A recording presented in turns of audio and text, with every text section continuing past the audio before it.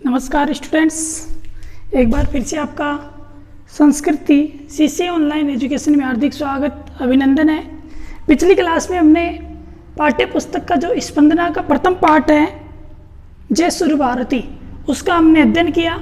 आज की क्लास में हम जो हमारा द्वितीय पाठ है संज्ञा शक्ति, इसका अध्ययन करेंगे। संज्ञा शक्ति की मैं बात करूं तो इसका शाब्दिक अर्थ होगा संगठन में क्या होती है, शक्ति। देखिए, प्राचीन काल की एक कथा है और बहुत अच्छी कथा है। प्राचीन काल में संस्कृत में यदि हम नीति कथाओं के साहित्य की बात करें तो दो ग्रंथ मुख्य रूप से लिखे गए, एक तो पंचतंत्र और एक हितोपदेश।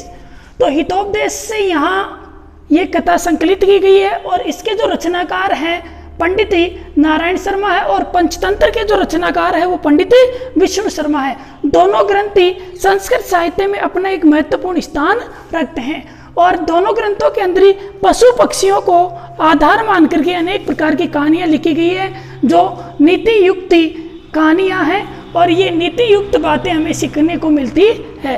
ठीक है, पाठ हम शुरू करने जा रहे हैं संज्ञा शक्ति। पाठ का नाम संज्ञा शक्ति, रचनाकार पंडित नारायण शर्मा और शाब्दिक अर्थों का संगठन में शक्ति होती है। देखिए, नीति कथा साहित्य हितोपदेश है अन्यतम ग्रंथ है, यानी नीति कथाओं के साहित्य में हितोपदेश एक अन्यतम है, यानी एक अद्वितीय ग्रंथ है। सभी विद्यार्थियों से निवेदन है कि वो अपनी पाठ्य पुस्तक साथ में लेवे, साथ में पेंसिल लेवे, ताकि कई जगह मैं अंडरलाइन करवाऊं या किसी चीज का संधि विच्छेद बताऊं तो वो चीज आप वहां लिखते रहे। एक एक शब्द के ऊपर नजर रखें। नीति कथा साहित्य हितोपदेश से अन्यतम ग्रंथ है। नीति कथाओं के साहित्य में हितोपदेश एक अद्वितीय ग्रंथ है। हित धन उपदेश है, कौन सी संधि, यहाँ गुण संधि, तो यहाँ लिखेंगे आप हित धन है उपदेश है, संधि विच्छेद करना इसका गुण संधि। ठीक है, उसके बाद में एवं ही श्रुते, ऐसा सुना जाता है नारायण शर्मा नामा पंडित है। नारायण शर्मा नाम के जो पंडित हैं उन्होंने पाटलिपुत्री अधिपत्य, पाटलिपुत्री जो पाटली के महाराजा थे उनके पुत्रों को क्या सिखाने के लिए, सुतान यानी उनके पुत्रों को नीति शास्त्र में यानी नीति शास्त्री का ज्ञान कराने के लिए ग्रंथम रच्यमास है, इस ग्रंथ की क्या की रचना की। यानी पाटलिपुत्री के जो राजा थे उनके जो पुत्र थे उनके पुत्रों को नीति का ज्ञान करवाने के लिए बोधितुम यानी ज्ञान कराने के लिए ग्रंथम रच्यमास, इस ग्रंथ की क्या की रचना की। किन्होंने, पंडित नारायण शर्मा ने। प्रश्न पूछा जाए कि इस ग्रंथ की रचना क्यों हुई, तो इस ग्रंथ की रचना किस लिए की गई, पाटलिपुत्र का जो राजा था उसके पुत्रों को नीति का ज्ञान करवाने के लिए। ठीक है, उसके बाद में देखिए स्वयं मनोज्ञ प्रभावमय, अपनी मन की जो प्रभावमयी शैली है उसी शैली के कारण अयम ग्रंथ है लोकेशु अति प्रसिद्धम अवाप है। ये जो ग्रंथ है लोक में अत्यधिक प्रसिद्धि को क्या हुआ, प्राप्त हुआ। यानी पंडित नारायण शर्मा ने इस ग्रंथ को अपनी जो मन की शैली थी, अपने जो मन के भाव थे, ऐसे विचारों से ऐसी शैली से इस ग्रंथ की क्या की रचना की और इसी कारण ये जो ग्रंथ है लोक में अत्यधिक प्रसिद्धि को क्या हुआ, प्राप्त हुआ। ठीक है, सरली सरस भाषिया, सरल और सरस, सरल और मधुर भाषा में इसी ग्रंथ की क्या की गई है, रचना की गई है। अस्मिन ग्रंथेषु, और इस ग्रंथ में पंचतंत्र आदि ग्रंथान आदरी करते। पंचतंत्र जो ग्रंथ है जिसकी हमने बात की है, कौन है इसके रचनाकार, पंडित विष्णु शर्मा। ऐसे ग्रंथों को आधार मान करके पशु कथा नाम संग्रह अस्ति, ये क्या है, एक पशु कथाओं का क्या है, संग्रह है। तो इसका भी संधि विच्छेद लिखेंगे हम, संग्रह धन अस्ति का संधि विच्छेद लिखेंगे, संग्रह धन अस्ति, संग्रह धन अस्ति। संधि लिख देना यहाँ उत्व विसर्ग संधि, विसर्ग का ऊ होकर के क्या हो रहा है, ओ, और ए का क्या हो जाता है यहाँ अवग्रह चिन्ह। ठीक है, यानी ये जो हमारा ग्रंथ है कौन सा, हितोपदेश। ये हितोपदेश जो ग्रंथ है वो कौन से ग्रंथ को आधार मान के लिखा गया, पंचतंत्र। और उसी पंचतंत्र के अंदर भी जो पशु कथाएं हैं उन पशु कथाओं का ये क्या है, संग्रह है। हितोपदेश से चत्वार परिच्छेदा उपलब्धते, हितोपदेश के 4 परिच्छेद क्या होते हैं, प्राप्त होते हैं। पहला परिच्छेद है मित्रलाभ, दूसरा है सुहृद भेद, तीसरा विग्रह और चौथा संधि। यानी हितोपदेश को 4 भागों में बांटा गया। पहला मित्रलाभ, सुहृद भेद, विग्रह और संधि। क्लियर है? नीति कथाओं के साहित्य में हितोपदेश एक अद्वितीय ग्रंथ है। ऐसा सुना जाता है कि इसकी रचना नारायण शर्मा ने, जो पाटलिपुत्र के राजा थे, उनके पुत्रों को नीति का ज्ञान कराने के लिए इस ग्रंथ की क्या की, उन्होंने रचना की। और अपनी मन की शैली के कारण, ऐसी प्रभावमयी शैली के कारण ये जो ग्रंथ है अत्यधिक क्या हुआ, प्रसिद्ध हुआ। ठीक है, सरल और मधुर भाषा में इस ग्रंथ की रचना पशु पक्षियों के ऊपरी जो कहानी है उनको आधार मान करके इस ग्रंथ की क्या की गई, रचना की गई। और हितोपदेश जो है इसको 4 भागों में बांटा गया। कौन कौन से? मित्रलाभ, सुहृदभेद, विग्रह और संधि। ठीक है, आगे हम शुरू करेंगे यहाँ से। प्रस्तुतो अयम पाठ है, प्रस्तुत है धन अयम, संधि विच्छेद लिख लेना इसका, प्रस्तुत है धन अयम, और यहाँ संधि हो जाएगी उत्तर विसर्ग संधि।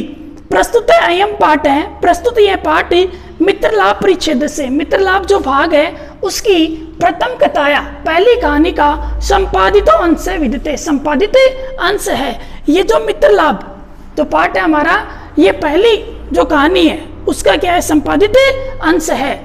अस्मिन पाठे, इस पाठ में गुरु नाम अवज्ञा, जो गुरुजनों की अवज्ञा है, अपने जो गुरु हैं उनकी आज्ञा का जब हम अनादर करते हैं तो उसी अवज्ञा का और एकीभूतकृत प्रयास से और एक साथ रह करके, एक संगठित रह करके किए गए प्रयास का फलम वर्णितम अस्ति, फल का वर्णन किया गया है। प्रस्तुत पाठ में जो गुरुओं की अवज्ञा है और एक संगठित रह करके जो हम फल प्राप्त कर सकते हैं, उसी फल का यहाँ क्या किया गया है, वर्णन किया गया है। ठीक है, आगे देखें। चित्रग्रीव से, चित्रग्रीव की अवज्ञाम कृत्वा, जो कबूतरों का राजा था कौन, चित्रग्रीव, उसकी आज्ञा का अवज्ञा यानी अनादर करके, कृत्वा में क्री धातु है और इक्त्वा पढ़ते हैं, क्री धन इक्त्वा कक्षाओं में है। कपोतः जालबद्धा संजाता, सभी कबूतर क्या हो जाते हैं, जाल में बंद हो जाते हैं। यानी जो अभी कहा ना कि पाठ का मूल उद्देश्य क्या है, यहाँ पाठ में ये समझाने का प्रयास किया गया है कि किस प्रकार हम गुरुओं की आज्ञा का अनादर करते हैं तो कैसे हमें परिणाम प्राप्त होते हैं, और जब हम एक संगठित रह करके प्रयास करते हैं तो कैसे परिणाम प्राप्त होते हैं। तो उसी प्रकार यहाँ कह रहे हैं कि चित्रग्रीव जो कबूतरों का राजा था, उसकी आज्ञा का अनादर करने पर सारे कबूतर क्या हो जाते हैं, जाल में बंद हो जाते हैं। पुनश्च, पुनः दंच, संधि सत्व विसर्ग संधि, पुनश्च में लिखेंगे अंडरलाइन करके, पुनः दंच सत्व विसर्ग संधि, दोबारा चित्रग्रीव से उपदेशन, और पुनः जब कबूतर जाल में बंद हो जाते हैं तो वो दोबारा चित्रग्रीव उनको उपदेश देता है, और उसी उपदेश के द्वारा वो सारे कबूतरी एक चित्ती भूयम, एक संगठित होकर के सहतीम आश्रित, संगठन का सहारा लेकर के जालम आदाय एव उड्डितः, जाल को लेकर के क्या हो जाते हैं, उड़ जाते हैं। ठीक है, ऐसे एव, यही पाठ से उपदेश है, यही इस पाठ का मूल उपदेश है कि संगे शक्ति, इस पाठ का यही मूल उपदेश है कि संगठन में क्या होती है, शक्ति होती है, या फिर कह सकते हैं सहती कार्य शादी का वाह, यानी कि संगठित रहकर के कार्य को क्या किया जा सकता है, सिद्ध किया जा सकता है। ठीक है, यही इस पाठ का मूल उद्देश्य है कि संगठन में शक्ति होती है या मिलजुल करके कार्य को संपन्न किया जा सकता है। क्लियर है? पाठ हमारा यहाँ से प्रारंभ होगा। प्रसंग की मैं बात करूं तो प्रसंग में देखिए यहाँ से प्रश्न आने की संभावना है, 4-5 नंबर का जो प्रश्न बनता है। तो सबसे पहले हम जब भी वहाँ एक ही आएगा पूरा पैराग्राफ, जैसे यहाँ से लेकर के यहाँ तक का एक पैराग्राफ दे दिया और इसका आपसे भाव करवाएगा, तो आपको सबसे पहले वहाँ प्रसंग लिखना है। प्रसंग में लिखेंगे प्रस्तुति, जो आपकी ये जो पद्यांश है या जो गद्यांश है, जो भी आप, यदि पद्यांश है तो श्लोक आएगा और गद्यांश है तो ऐसी कहानी आएगी। तो आपको लिखना है प्रस्तुति। गद्यांश हमारी पाठ्य पुस्तक की स्पंदना के द्वितीय पाठ कौन सा, संज्ञा शक्ति नामक ही शीर्षक पाठ से क्या किया गया है, संकलित किया गया है। प्रस्तुति पाठ के रचनाकार कौन है, पंडित नारायण शर्मा, और पंडित नारायण शर्मा के द्वारा जो लिखा गया ग्रंथ है हितोपदेश, उस हितोपदेश के जो पहला भाग है कौन सा, मित्रलाभ, उस मित्रलाभ भाग से इस पाठ को संकलित किया गया है। पाठ के माध्यम से क्या शिक्षा दी गई है, ये सारी चीजें हम प्रसंग में लिखेंगे। और उस गद्यांश में क्या बातें मुख्य रूप से की गई है, ये सारी चीजें हम प्रसंग में लिखते हुए उसकी व्याख्या करेंगे। फिर नीचे विशेष बनाएंगे, व्याकरण बिंदु बनाएंगे। ये सारी चीजें हम जब आप ऑफलाइन क्लासेस चलेंगी उस समय आपको बताया जाएगा। क्लियर है? अस्ति गोदावरी तीरे, पाठ शुरू कर रहा हूं मैं यहां से। अस्ति गोदावरी तीरे, गोदावरी नदी के तट पर विशाल है, विशाल सालमली तरु, एक सेमल का वृक्ष था। गोदावरी जो नदी है उस नदी के तट पर किसका वृक्ष था? सेमल का वृक्ष। नाना दिक देशागत्य, नाना दिक, यहाँ कौन सी संधि है? दिक तीसरा वर्ण हो रहा है, जसत्व संधि है। देश धन आगत्य दीर्घ संधि है, दोनों संधि यहाँ लिखेंगे। नाना दिक धन देश धन आगत्य, ठीक है। पहले पद में करोगे जसत्व, उसके बाद में स्वर्ण दीर्घ संधि। अनेक दिशाओं से, अनेक देशों की दिशाओं से आगत्य यानी आकर के, रात्रौ यानी रात्रि को, पक्षिणौ यानी पक्षी, तत्र निवसंति यानी वहां क्या करते थे? निवास करते थे। यानी गोदावरी नदी का जो तट था वहां जो सेमल का वृक्ष था, उस सेमल के वृक्ष पर अनेक देशों की दिशाओं से रात्रि को पक्षी आते थे और वहां आकर के वो क्या करते थे? निवास करते थे, ठीक है। अति कदाचित, अब किसी दिन, अवसानायाम रात्रौ, जब रात्रि अवसान की तरफ थी यानी समाप्ति की तरफ थी। अब किसी दिन क्या हुआ कि जब रात्रि क्या थी? समाप्ति की तरफ थी, अर्थात सूर्य उदय होने वाला था। उसी समय अस्ताचल चूड़ावलंबिनी, और जो चूड़ावलंबिनी है कौन? भगवती कुमुदिनी के नायक जो चंद्रमा है वो अस्ताचल की तरफ जा रहे थे। यानी भगवान कुमुदिनी के जो नायक चंद्रमा है वो जब अस्त होने वाले थे और सूर्य उदय होने वाले थे, उसी समय लघुपत नाम वायस है, प्रबुद्ध है। लघुपत नाम का कौन? वायस यानी कौवा, प्रबुद्ध यानी जाग उठा। यानी प्रातःकाल ब्रह्म मुहूर्त था, शायद 4-5 बजे के आसपास की बात होगी। तो जब ही सूर्य उदय होने वाला था और भगवती कुमुदिनी के नायक जो चंद्रमा है अपनी अस्ताचल की तरफ जा रहे थे, उसी समय लघुपत नाम का एक जो कौवा था वो क्या हो गया? जाग उठा। और जैसे ही वो जाग उठा तो उसने क्या देखा? कृतांत में उदित्यम, कृतांत यानी यमराज के समान, इव यानी समान, द्वितीय यानी दूसरे, आयंतम यानी आते हुए, व्यादम यानी शिकारी को उसने देखा। यानी जैसे ही कौवा उठा तो उसने क्या देखा कि एक यमराज के समान कोई शिकारी जो है वो उधर आ रहा है, ठीक है। तमवलोके, और उसको देख करके अचिंतित वह विचार करता है, सोचता है। अद्य आज तो प्रातः धन एव, यहां संधि लिखेंगे हम, प्रातः धन एव। संधि कौन सी हो गई बेटा? कमेंट बॉक्स में आपको लिखना है प्रातः धन एव, संधि आपको लिखना है, संधि फटा दी है, ठीक है। कौवा क्या सोचता है कि आज तो प्रातः एव यानी सुबह सुबह ही अनिष्ट दर्शनम जातम, क्या हो गए हैं? बुरे दर्शन हो गए हैं। देखिए कौवा भी बड़ा समझदार था। जैसे आजकल भी लोग कहते हैं ना कि आज तो सुबह सुबह ही कुण को मुंडा देख लिया, पूरा दिन खराब होगा। तो अड़े भी कौवो कहीं कह रहे हैं कि आज तो सुबह सुबह ही कहीं होगा बुरा दर्शन होगा। न जाने कि मन भी मतम दर्शती, न जाने किस किस का बुरा देखूंगा, न जाने में आज किसका बुरा देखूंगा। अतः इसलिए तद अनुसरण कर्मेण, इसलिए इसका अनुसरण करते हुए इसके पीछे पीछे व्याकुलस चलती, वह व्याकुल होकर के उसके पीछे पीछे क्या कर देता है? चल देता है। व्याकुल धन चलती, यहाँ पर भी अपनी संधि है, कौन सी? सत्व विसर्ग संधि। विसर्ग का क्या हो रहा है यहाँ? स, ठीक है। तो जो कौवा था वो जब सुबह सुबह उसको देखता है, शिकारी को किसके समान बताया गया है? शिकारी को यमराज के समान। प्रश्न पूछा गया है यहाँ से कि शिकारी कैसा था, ठीक है। तो यहाँ कृतांत में उदित्यम व्यादम है, पश्चिम, जो यमराज के समान शिकारी था वह उसको आता हुआ देखता है और उसको देख करके वह सोचता है कि आज तो सुबह सुबह ही, प्रातः ही क्या हो गए हैं? बुरे दर्शन हो गए हैं। न जाने आज मैं किस किस का बुरा देखूंगा या दिखाएगा, ठीक है। अतः इसलिए तद अनुसरण कर्मेण, इसलिए वह उसका अनुसरण करते हुए उसके पीछे पीछे व्याकुल होकर के वह कौवा भी चल देता है, ठीक है। अगला पैराग्राफ यहाँ से, अततेन व्यादेन। अभी जब कौवा उस शिकारी के पीछे पीछे जा रहा है तो वो क्या देखता है कि अततेन व्यादेन, अभी उसी व्यादेन यानी शिकारी के द्वारा तंडुल कणान विकीर्णे, जो चावल के टुकड़े थे उन चावल के टुकड़ों को जंगल में फैला करके जालम विस्तीर्णम, क्या फैला दिया गया, उनके ऊपर जाल बिछा दिया गया। सहज प्रसन्नो, और वह वही प्रसन्न यानी छिप करके, भूत्वा स्थित है, छिप करके पास में ही वह किसी पेड़ का सहारा लेकर के वहीं पर छिप के क्या हो जाता है, बैठ जाता है।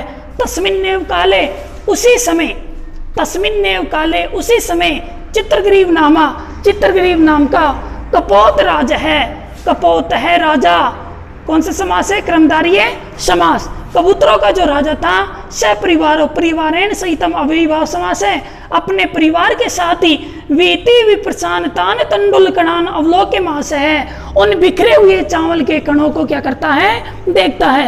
यानी जिस समय शिकारी चावल के कणों को फैला करके वहां छिप करके बैठ जाता है, उसी समय क्या होता है, आकाश मार्ग से कबूतरों का जो परिवार था, चित्रग्रीव नाम का जो कबूतरों का राजा था, वह अपने परिवार के साथ उधर से आकाश मार्ग में उड़ता हुआ आता है और वह उन चावल के जो कण थे उनको क्या करता है, देखता है।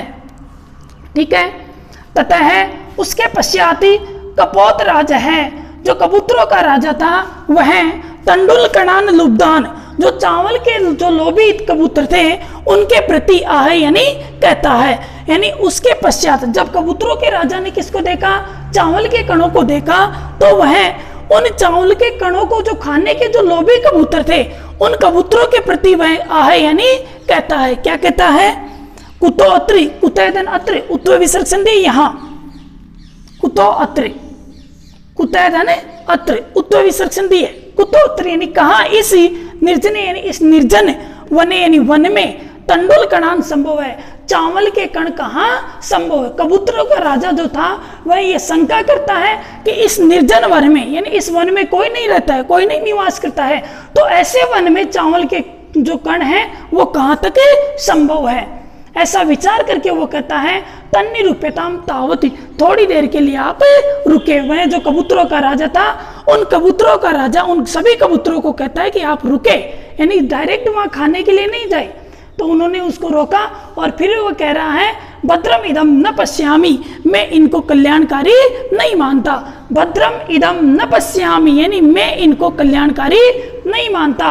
सर्वथा अविचारितम कर्म न कर्तव्यम, कबूतरों का जो राजा था वह कबूतरों को उपदेश देते हुए कह रहा है कि सर्वथा यानी हमेशा, अविचारितम यानी बिना विचार किए हुए, कर्म यानी कार्य, न यानी नहीं, कर्तव्यम यानी करना चाहिए। कर्तव्य में क्री धातु है और अपने सिलेबस में तव्यत पढ़ते, तव्यत का तव्य से रहता है, पुल्लिंग में राम की तरह, स्त्रीलिंग में रमा की तरह और नपुंसकलिंग में फल की तरह रूप ही चलते हैं। तो यह कह रहा है कि मैं ये मानता हूं कि हमें बिना कुछ सोचे समझे कोई भी कार्य नहीं करना चाहिए। कबूतरों का राजा कह रहा है कि मैं इनको कल्याणकारी नहीं मानता, इसीलिए मेरा ये मानना है कि बिना कुछ सोचे समझे, बिना कुछ विचार किए हुए कोई भी कर्म नहीं करना चाहिए। कबूतरों के राजा के ये जो दोनों वचन थे, तो इन दोनों वचनों को सुनकर के एतद्वे वचनम श्रुत्वा, इन दोनों वचनों को सुनकर के कश्चित कपोत है सदर्पम है, कश्चित कैदंचित सत्व विसर्ग संधि है। ठीक है, कोई कबूतर सदर्पम यानी क्रोध पूर्वक की आह यानी कहता है, यानी कबूतरों के राजा की जो शंका थी उस शंका को सुनकर के कोई जो कबूतर था, यानी एक कुटुंब में ऐसे नहीं कि सारे ही मानने वाले होते हैं, तो कोई ऐसा भी था कि उनमें मानने वाला नहीं था। तो ऐसा कोई जो कबूतर था वह क्रोध पूर्वक कहता है कि ईर्ष्या करने वाला, घृणी यानी घृणा करने वाला, तो असंतुष्ट रहने वाला, क्रोधिनो क्रोध करने वाला, नित्य संकित है नित्य शंका करने वाला, पर भाग्योपजीवी और दूसरों के भाग्य के ऊपर आश्रित रहने वाला, षड़ेते, ऐसे 6 प्रकार के लोग दुख भागी ने इस संसार में दुख के भागी होते हैं। जो कबूतरों का जो राजा था उसकी बात का अनादर करते हुए कोई कबूतर कह रहा है कि इस संसार में ईर्ष्या करने वाला, घृणा करने वाला, असंतुष्ट रहने वाला, क्रोध करने वाला और रोजाना शंका करने वाला और जो दूसरों के भाग्य के ऊपर आश्रित रहता है, ऐसे 6 प्रकार के लोग यहाँ किसको प्राप्त करते हैं, दुख को प्राप्त करते हैं। ठीक है,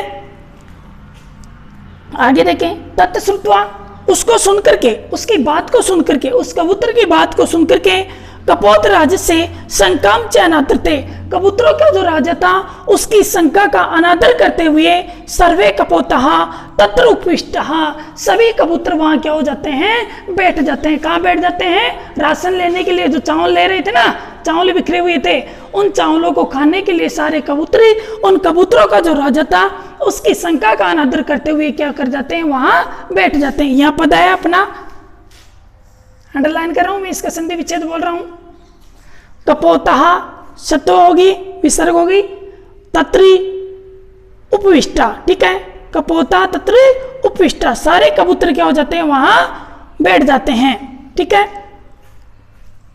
अनंतरम, उसके पश्चात सर्वे जालेन बद्धा बबुए, और जैसे ही सारे कबूतर वहां चावल खाने के लिए बैठ गए तो अनंतरम उसके पश्चात सर्वे यानी सभी जालेन यानी जाल के द्वारा बद्धा यानी बंद बबुए यानी पकड़ लिए गए, यानी सारे कबूतर जब वहां खाने के लिए बैठते हैं उस जाल पर तो वो सारे जाल में क्या हो जाते हैं, बंद हो जाते हैं। ततो, उसके पश्चात यस्य वचनात्, जिसके वचनों से, तत्र यानी वहां, यानी जिसके वचनों को सुनकर के वो चावल कण खाने के लिए उतरे थे, अवलंबिस्तातम यानी बिना विलंब किए हुए सर्वे सभी कबूतरी तिरस्कुर्वन्ति, उसका क्या करते हैं, तिरस्कार करते हैं। तिरधन कुर्वन्ति सत्व विसर्ग संधि है, यहाँ पर भी अंडरलाइन कर लेना, तिरधन कुर्वन्ति, सारे कबूतर जैसे ही वो जाल में बंद हो जाते हैं तो जिस कबूतर के कहने पर वो सारे वहां उतरे थे चावल खाने के लिए, वो उस कबूतर का क्या करते हैं, अनादर करते हैं, उसका तिरस्कार करते हैं।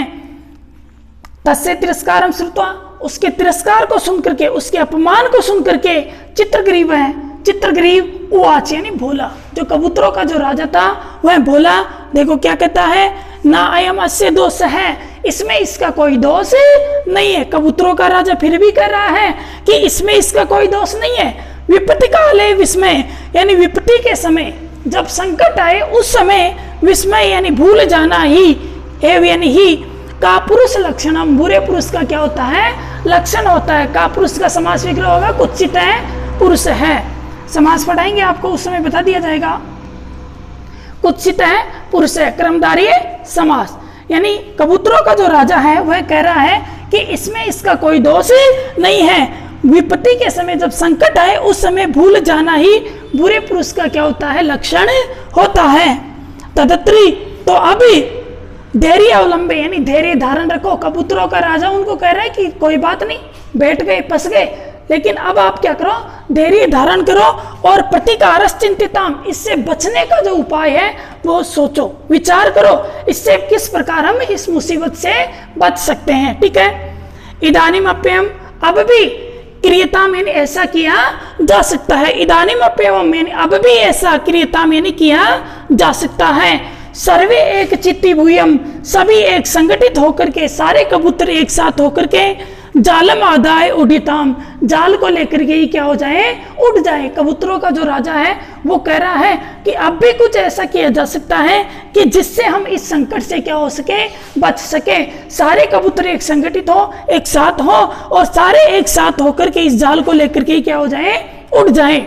इति विचिंते, ऐसा विचार करके, ऐसा सोच के, सर्वे पक्षी ने, सभी कबूतर जो पक्षी थे वो जालम आदाय उत्पतिता, जाल को लेकर के ही क्या हो जाते हैं, उड़ जाते हैं। यानी जब कबूतरों के राजा ने उपदेश दिया कि सारे कबूतर इस जाल को लेकर ही क्या हो जाएं, उड़ जाएं, तो सारे कबूतर एक साथ एक संगठित होकर के जाल को लेकर के ही क्या हो जाते हैं, उड़ जाते हैं। अनंतरम, उसके पश्चात स व्याध है, वह शिकारी सुदूर जाल अपहार कान, यानी थोड़ी दूर पर जो जाल को ले जाते हुए कबूतरों को देखता है तो तान अवलोके, उनको देख करके, पश्चात धावनम, उनके पीछे पीछे क्या करता है, दौड़ लगाता है। जो शिकारी था, जैसे ही कबूतर उसी जाल को लेकर के उड़ जाते हैं आकाश मार्ग में, तो वह शिकारी वहीं पे छिपके बैठा हुआ था, वह उन कबूतरों को देखता है और उनको देख करके वह भी उनके पीछे पीछे दौड़ लगाता है, ठीक है।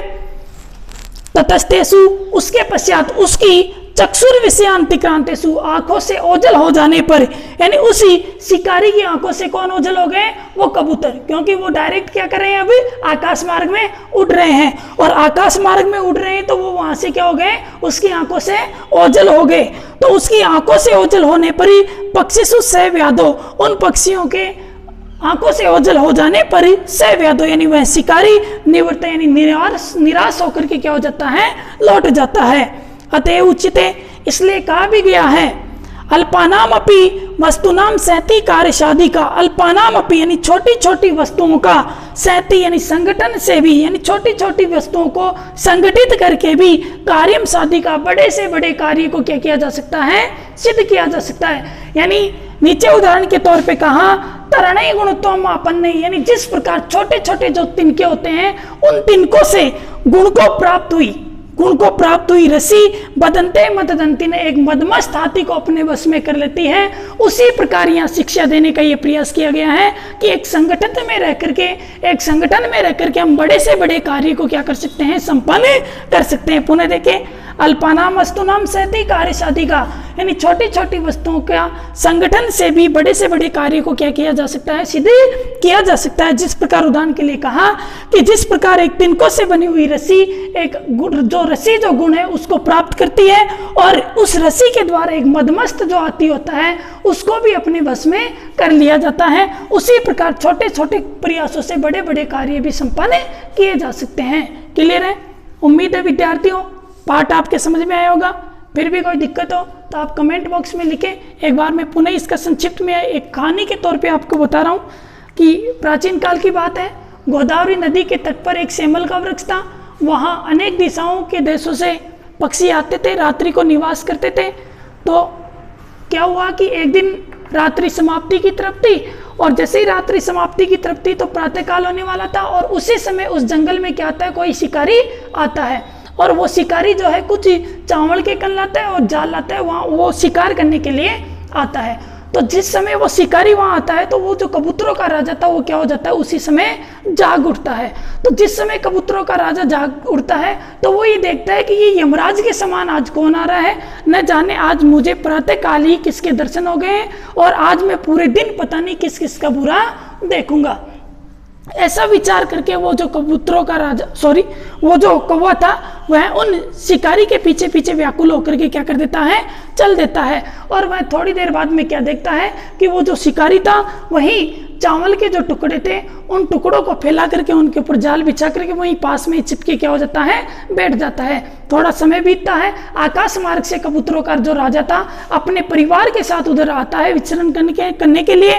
तो वह कबूतर जो थे उसके साथ जो कबूतर थे वो ये देखते हैं कि जंगल के अंदर क्या बिछे हुए हैं, चावल के कण। तो वो खाने की इच्छा करते हैं, लेकिन उसी समय जो कबूतरों का राजा है वो उनको कहता है कि इस निर्जन वन के अंदर चावल के कण संभव नहीं है, मैं इनको उचित नहीं मानता। तो आपसे ये निवेदन है कि आप इन चावल के कणों के लिए उतरे नहीं। मेरा ये मानना है कि बिना कुछ सोचे समझे भी कुछ भी ऐसा कार्य नहीं करना चाहिए कि जिससे हमारे ऊपर मुसीबतें आए। ठीक है? तो उसी कबूतरों के राजा की उस बात को सुनकर के एक जो कबूतर था क्रोधपूर्वक ये कहता है कि इस संसार में 6 प्रकार के लोग दुख को प्राप्त करते हैं, ईर्ष्या करने वाले, घृणा करने वाले, शंका करने वाले और दूसरों के भाग्य के ऊपर आश्रित रहने वाले, क्रोध करने वाले। ऐसे जो 6 प्रकार के लोग हैं इस संसार में दुख को प्राप्त करते हैं। तो उसकी बात को सुनकर के जो बाकी कबूतर थे वो चावल के कण खाने के लिए उतर जाते हैं और जैसे ही वो चावल के कण खाने के लिए वहाँ उसी निर्जन वन में नीचे उतरते हैं तो वो उस जाल में क्या हो जाते हैं, बंद हो जाते हैं। और जैसे ही उस जाल में वो बंद होते हैं तो वो उस कबूतर का क्या करते हैं, फिर अनादर करते हैं। तो उसका अनादर सुनकर के जो कबूतरों का राजा चित्रगृह था वह कहता है कि इसमें इसका कोई दोष नहीं है, सिर्फ इतना है कि विपत्ति के समय जो भूल जाता है, यानी विपत्ति के समय जो घबरा जाता है वही बुरे पुरुष का क्या होता है, लक्षण होता है। यानी विपत्तियों का जो सामना नहीं करता है वह क्या होता है, एक कायर पुरुष होता है। ठीक है? तो वो कबूतरों का राजा पुनः उनको उपदेश देता है कि अब भी कुछ ऐसा किया जा सकता है कि हम इस मुसीबत से क्या हो सके, बच सके। तो वह उनको उपदेश देते हुए कहता है कि सारे एक साथ एक संगठन में होकर के इस जाल को लेकर के क्या हो जाएं, 9-2-11 हो जाएं। तो सारे कबूतर उस जाल को लेकर के एक साथ क्या हो जाते हैं, उड़ जाते हैं। और जैसे ही कबूतर उड़ जाते हैं तो वो जो शिकारी वहाँ छिपके बैठा हुआ था उनको आकाश मार्ग में उड़ता हुआ देख करके वो भी थोड़ी दूर उनके पीछे दौड़ता है और जैसे ही वो उसकी आंखों से क्या हो जाते हैं, दूर हो जाते हैं। तो वो शिकारी भी निराश होकर के वापस लौट जाता है। और अंत में शिक्षा देते हुए यही कहा गया है कि किस प्रकार हम छोटे छोटे प्रयासों से भी बड़े से बड़े कार्य को भी संपन्न कर सकते हैं। उदाहरण के लिए भी कहा कि जिस प्रकार एक छोटी सी रस्सी एक मदमस्त हाथी को प्राप्त बस में कर लेती है, अपने जैसे आप ही घर के ऊपर आपने वो देखी होगी, भैंस देखी होगी, गाय देखी होगी, तो उनके अंदर आपने देखा होगी हम एक छोटी सी रस्सी से उसको क्या कर लेते हैं, बस में कर लेते हैं। तो यही यहाँ कहा गया है कि छोटे छोटे प्रयासों से भी हम बड़े बड़े कार्य भी क्या कर सकते हैं, संपन्न कर सकते हैं। उदाहरण के लिए कहा कि छोटे छोटे तिनकों से बनी हुई रस्सी भी एक मदमस्त हाथी को अपने बस में कर लेती है। इसीलिए आपसे यही निवेदन है कि आप भी निरंतर ऐसे प्रयास करते रहें, ताकि आपका जो बड़े से बड़ा आपका जो गोल है, आपका जो लक्ष्य है, उस लक्ष्य को आप आसानी से प्राप्त कर सके। किसी भी कार्य को करने के लिए उसके अंदर क्या लाए, निरंतरता लाए। और निरंतर अभ्यास करने से मैं ये मानता हूँ कि बड़े से बड़ा जो कार्य है उसको भी आप संपन्न कर सकते हैं। उम्मीद है विद्यार्थियों पाठ आपके समझ में आया होगा। अगला जो अपना पाठ है, तृतीय पाठ, वो पढ़ेंगे हम नेक्स्ट क्लास में। पाठ के बारे में आप लिखें, मुझे अवगत कराएं कि पाठ आपको समझ में आया या नहीं आया। कमेंट बॉक्स में अपनी प्रतिक्रिया देवें। धन्यवाद। जय हिंद, जय भारत।